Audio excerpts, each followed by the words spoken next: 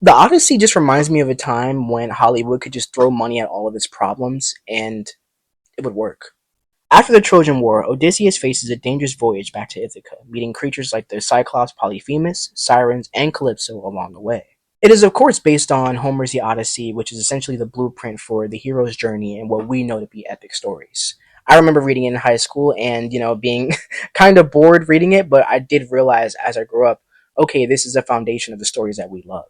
But now it's directed by Christopher Nolan, who to me is a perfect filmmaker to try to bring such an epic story alive. Someone who takes the word epic very fucking literally. So naturally, he was going to be the person to adapt such a crazy text. And I can confidently say that he has succeeded. The Odyssey is one of the best films of the year, if not the whole decade. Is it Nolan's best film to date? I don't think so. I'm someone who definitely already prefers Oppenheimer, Inception, Interstellar, Memento. But just like how I had thought that Oppenheimer was a perfect culmination of what he had done up until that point, I feel the same about The Odyssey. Every time Nolan makes a film, he outdoes himself and develops new resources. Like working with the IMAX team to ensure that they had usable audio while working with the biggest and loudest film stock there is. The man is quite insane, but we love him for that. But even with all this gigantic filmmaking, Nolan hasn't lost sight of the heart and quality.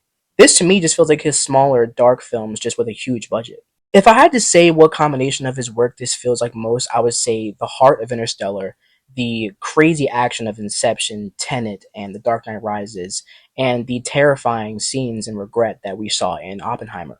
Also, why the hell do people hate on Nolan so much? I don't think I'll ever really understand that. Maybe because I'm just a Nolan stan. I'm definitely very biased. You could say I'm glazing him, whatever. But ever since I was younger, I always loved Memento when I was first getting into filmmaking. I did like his Dark Knight trilogy. Batman Begins was my introduction. I remember seeing that in a theater when I was a kid. And as I grew up, I started to really love his super complex filmmaking, like Inception, probably my favorite of his. Interstellar, it's really a toss up between those two. And then you have Oppenheimer, which to me is one of the best films of the decade, if not ever made. If one of the most important films that we've gotten in recent years. So I think there really has to be more respect on Nolan's name. People act like he doesn't have enough heart or characterization in his films, but I mean, have you really watched them though? Have you paid attention to what's happening? You try to watch Interstellar and tell me that you don't feel a little bit of emotion for fucking Cooper and his daughter. If not, I genuinely think that there's something wrong with you. I'm sorry. Tell me you don't care about Cobb having to come to terms with the death of his wife and trying to get back to his children, much like how Cooper is trying to get back to his children in Interstellar. And tell me that you don't feel the weight and regret that Oppenheimer felt when he created the atomic bomb and realized that he released it onto the world. And now, tell me that you don't feel a little ounce of excitement when there's a slim chance that Odysseus might be able to get back to his wife and son and get those annoying ass suitors out of his house. I mean, come on, bro.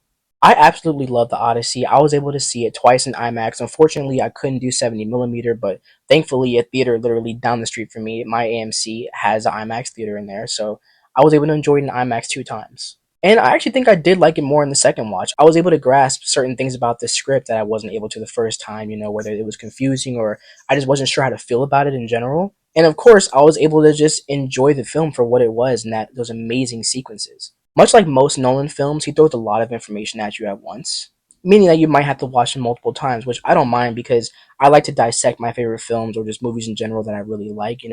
I may go back to watch one of my favorite movies as opposed to watching some new movie that I'm not sure about. I will say though, it has that familiar Nolan thing where most of the dialogue is just exposition to get you to the next scene. Oh, this person is important because this. Oh, this thing is important because of that. Blah, blah, blah.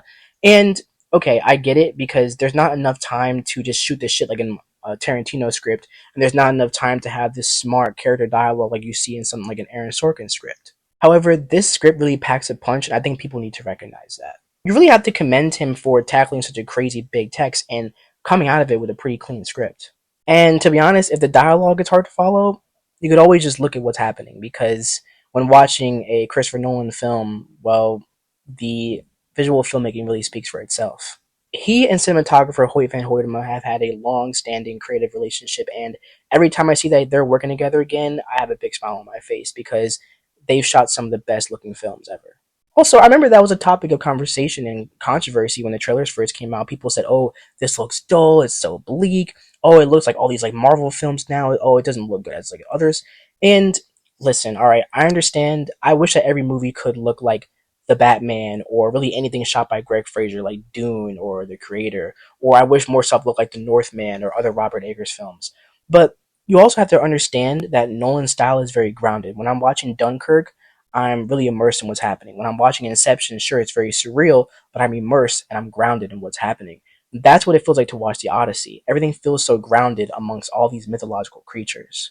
And of course, everyone shut up when they actually watched the movie in theaters because they're like, damn, you know what? These visuals are great. I mean, you really can't argue with that. And don't get it twisted, there is still amazing color, lighting, and contrast, and amazing framing here, much like most Nolan films. I don't know why people are really doubting that. Plenty of scenes that are jaw dropping, if not too many jaw dropping scenes.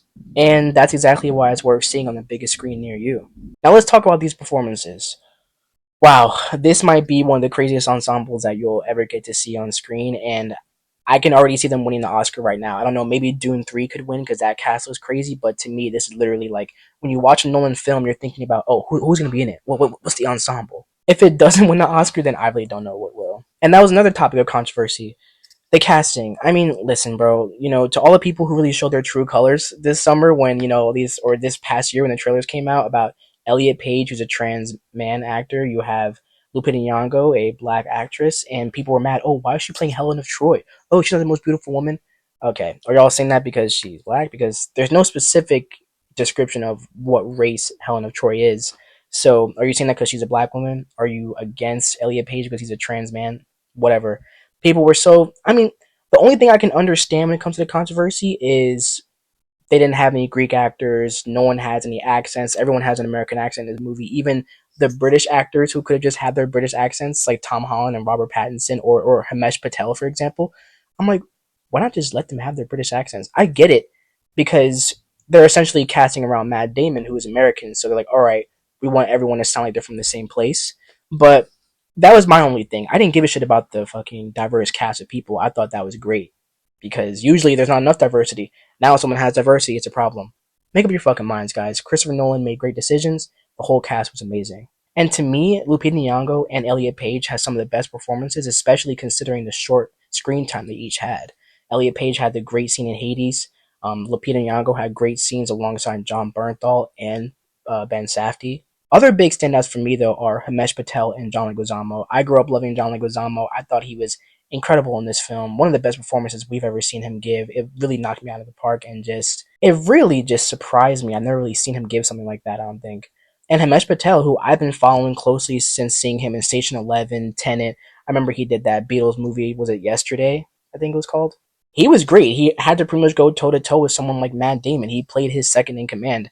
I wasn't expecting him to have so much screen time along someone like Matt Damon, and he killed it. They would be my choices if we're choosing two supporting actors at the Oscars. I imagine it might go to Tom and Robert Pattinson or John Leguizamo and Robert Pattinson. I don't know, but I wish that it would really be Himesh Patel and John Leguizamo. They, to me, were the strongest supporting actors of the whole cast. And that reminds me, people have been going really crazy over Pattinson's performance. I don't think I really loved him. I mean, I'm always gonna love him whatever he does. He was very menacing in this, so fucking aggravating, and he plays that a little too well sometimes. But I think I was a lot more floored by something like he did in the drama earlier this year, or I imagine in prime time he'll have more time to shine. And even in Dune 3, I'm a little more excited to see that. And I hope that they just try to give him the Oscar for a lead role in primetime and then just leave supporting for someone else here. Anne Hathaway and Tom Holland were also really good in the film as Penelope and Telemachus. They really do a good job of playing these characters fighting to sustain Odysseus' legacy. I'm assuming that Anne will be nominated for this, and like I said, Tom, depending. I do think that Anne deserves a nomination for this. I do think that this is one of her best performances in quite some time. Whenever she works with Nolan, you're going to get a great performance out of her. I wasn't really floored by Tom, I'll say. I don't really know if I ever really am floored by him outside of Devil All the Time or Spider-Man No Way Home. Of course, No Way Home, he just showed so many acting chops. I'm excited to really see him in Brand New Day this fucking week. That's going to be so cool.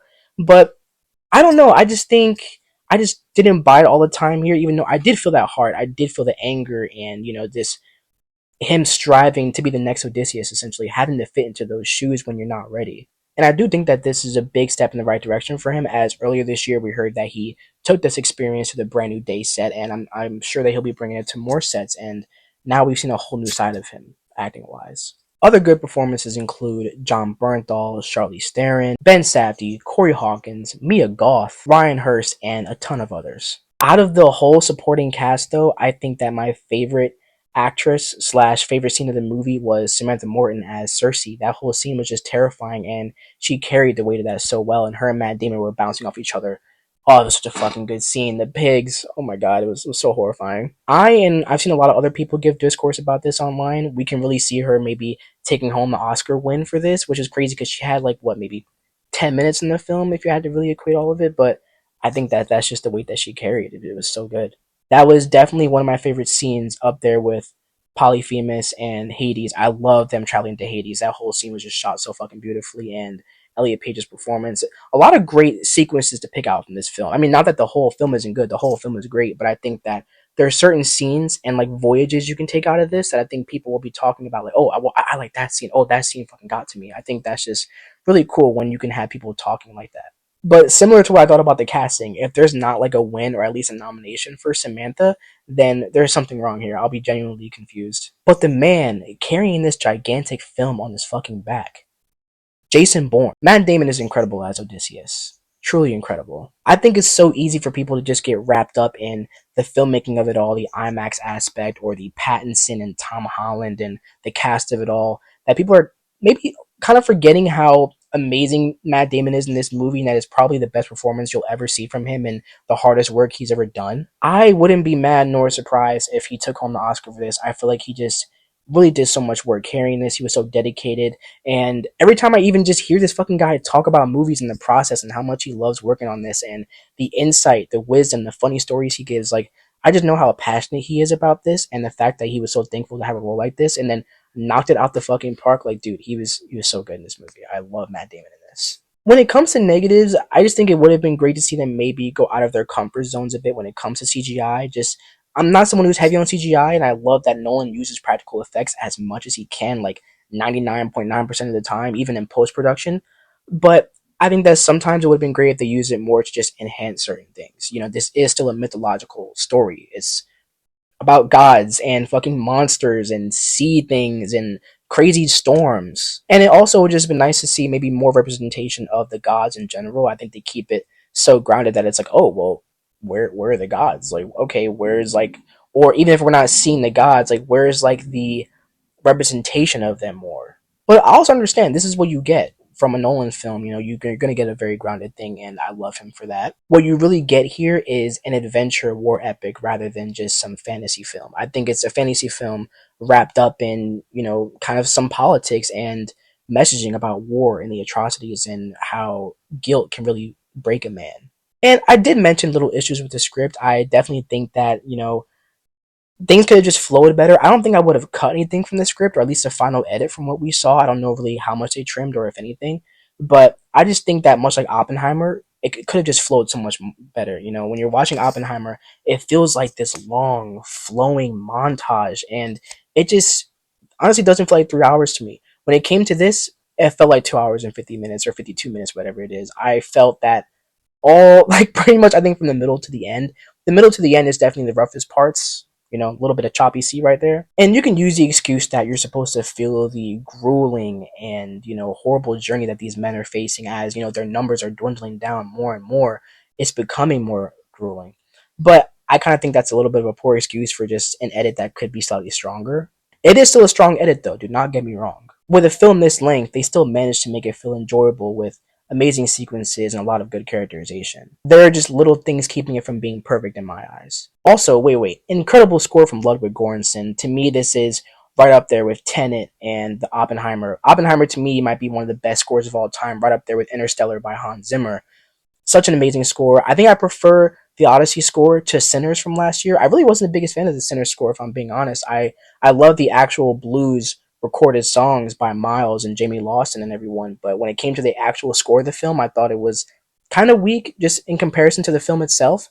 But with the Odyssey, it's just that perfect fit, just like how Oppenheimer was. It just fits so well. And Nolan and Ludwig, they work together so well, just like how him and Hans Zimmer did. It's almost like Ludwig to me should have had that respect on his name. I mean, I think he does. I don't know if he does already, but he should be up there with someone like a John Williams and Hans Zimmer. I fucking said it.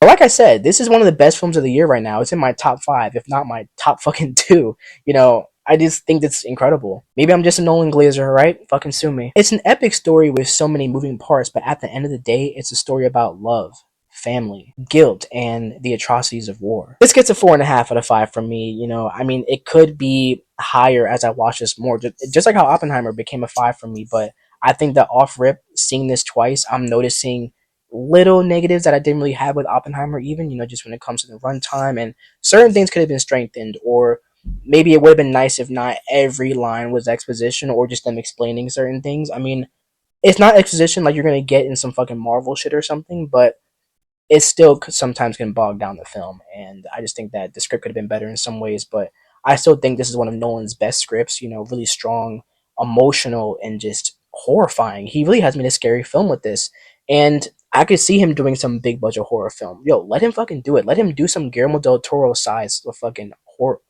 Oh, please. Thank you so much for watching, guys. Like, subscribe, share, comment, all that good shit. I really appreciate you guys watching. I've been gone for a little while, but hey, I'm back now. And listen, man, keep watching these videos so that maybe I can afford some better cameras and a better ring light than this one. Peace.